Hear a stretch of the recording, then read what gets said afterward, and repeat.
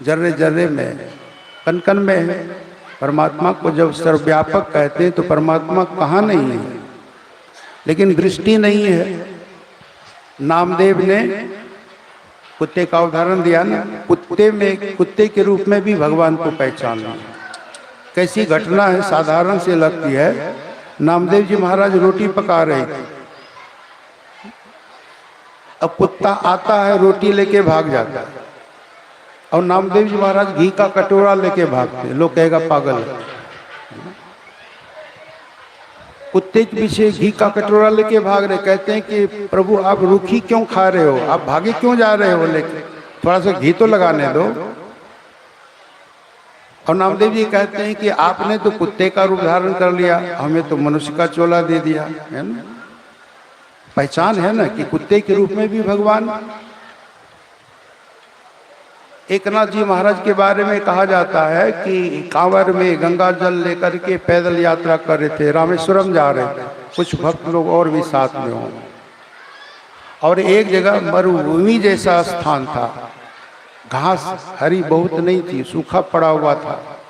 मैदान से चले जा रहे थे, पानी का नामो निशान नहीं। एक गधा प्यास के मारे छटपटा रहा था, और नामदेव जी महाराज ने वही गंगा जल जो भगवान भोलेनाथ को चढ़ाते रामेश्वरम जा करके, वही गंगा जल उस गधे को पिला दिया। गधा में तो प्राण आ गया, नहीं तो मर ही जाता प्यास के कारण, और गधा में जान आ गई। कहाँ तो लेटा हुआ था, मरने जा रहा था, और अब जान आ गई तो उठ के बैठ गया, खड़ा हो गया, चरने लगा, घूमने लगा।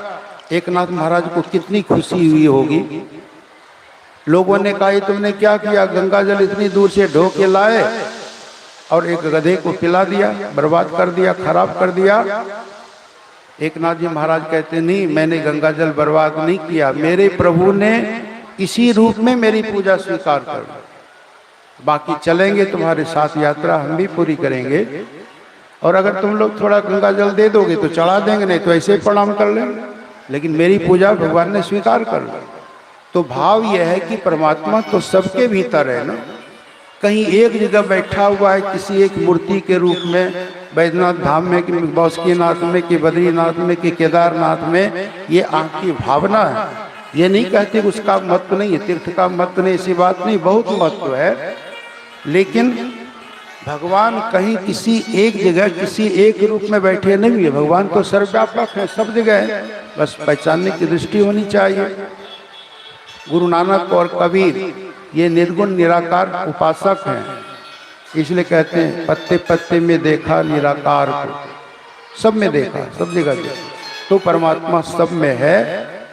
अब किसी की इतनी सूक्ष्म दृष्टि नहीं है कि वो परमात्मा को सब जगह देख सके, तो वह किसी एक नाम रूप में परमात्मा को मानता है, उनकी उपासना करता है। कृष्ण के रूप में, राम जी के रूप में, शिव जी के रूप में, भगवान विष्णु के रूप में, तो हर्जा क्या है, कोई हर्जा है क्या।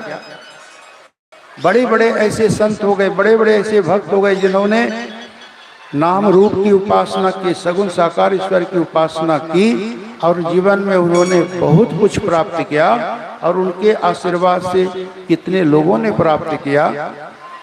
तो ये गलत नहीं है, मैं कभी नहीं कहूँगा कि ये मूर्ति पूजा गलत है, सगुण उपासना गलत है, लेकिन है क्या कि अंधविश्वास कहीं कहीं इतना ज़्यादा है कि विवेक दब जाता है, और फिर होने लगता है कुछ था मूर्ति पूजा होती, जहाँ वही न बलि चढ़ाएंगे, क्या वही न बलि चढ़ाएंगे, कि गलत है कि सही है, विचार करके देखना कि कितना गलत है ये। भगवान इस मूर्ति में है, यहाँ रहते हैं तो कोई देवी देवता और बलि पा करके खुश हो जाते हैं, और वो हमारी मनोकामना पूरी कर देते हैं, ये अंधविश्वास ही है, बहुत गलत बात है ये। और ऐसे भगवान की हम पूजा ही क्यों करें, ऐसे देवी देवता की पूजा ही क्यों करें। क्या सतोगुनी देवता हमारी मनोकामना पूरी नहीं कर सकते, नहीं कर सकते। एक बार टहलते हुए जा रहे थे, एक कंवरिया रास्ता, और ऐसा समय था उधर नया गांव है ना, जैसे अभी कितनी भीड़ लगती है रोज, तो औरतें सब जा रही थी, तो मैंने कहा इतनी भीड़ कहाँ है, कहाँ जा रहे, बोले कि वहाँ नया गांव जा रहे, बल्कि वहाँ ना बहुत पावन है, शक्ति छे बहुत। तो हमने भी मजाक में कह दिया शक्ति नहीं रहता है तजे बकरा खाए छे काली माई।